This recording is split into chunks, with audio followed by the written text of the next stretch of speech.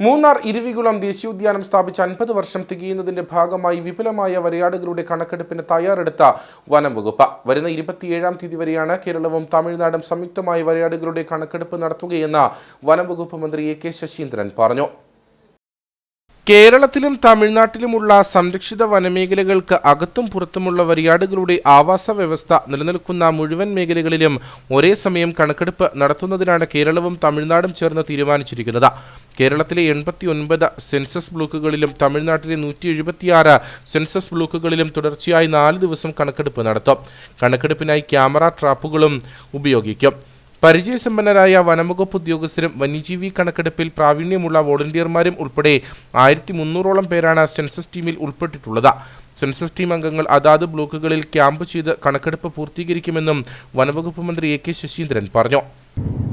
വരയാടുകളുടെ ആവാസ വ്യവസ്ഥ നിലനിൽക്കുന്ന മുഴുവൻ മേഖലകളിലും ഒരേ സമയം കണക്കെടുപ്പ് നടത്തുന്നതിനുള്ള തയ്യാറെടുപ്പുകളാണ് ഇരു സംസ്ഥാനങ്ങളിലെയും വനം വകുപ്പുകൾ പൂർത്തിയാക്കിയിട്ടുള്ളത്. പ്രകാരം കേരളത്തിലെ 89 സെൻസസ് ബ്ലോക്കുകളിലും തമിഴ്നാട്ടിലെ 176 സെൻസസ് ബ്ലോക്കുകളും തുടർച്ചയായി 4 ദിവസം കണക്കെടുപ്പ് നടത്താനാണ് തീരുമാനിച്ചിട്ടുള്ളത്. ഇതിൻ്റെ ഭാഗമായി വരയാടുകളുടെ കണക്കെടുപ്പിൽ ക്യാമറ ട്രാപ്പുകൾ ഉപയോഗിക്കുന്നതിനുള്ള തയ്യാറെടുപ്പുകൾ നടത്തിയിട്ടുണ്ട്.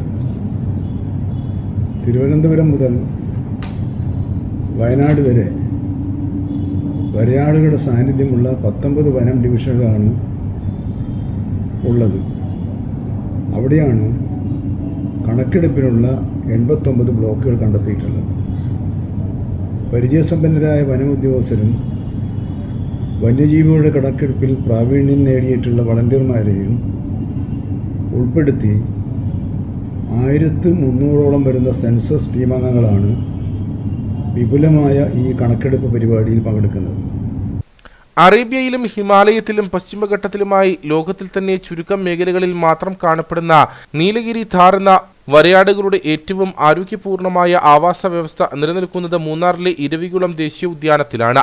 വംശനാശ ഭീഷണി നേരിടുന്ന ഇവയുടെ നിലനിൽപ്പ് ഉറപ്പുവരുത്തുന്നതിനു വേണ്ടിയാണ് കൃത്യമായ കണക്കെടുപ്പ് നടത്തി സംരക്ഷണം ഉറപ്പാക്കുന്നതിനു വേണ്ടിയുള്ള നടപടികളിലേക്ക് സംസ്ഥാന വനം വകുപ്പ് നീങ്ങുന്നത്.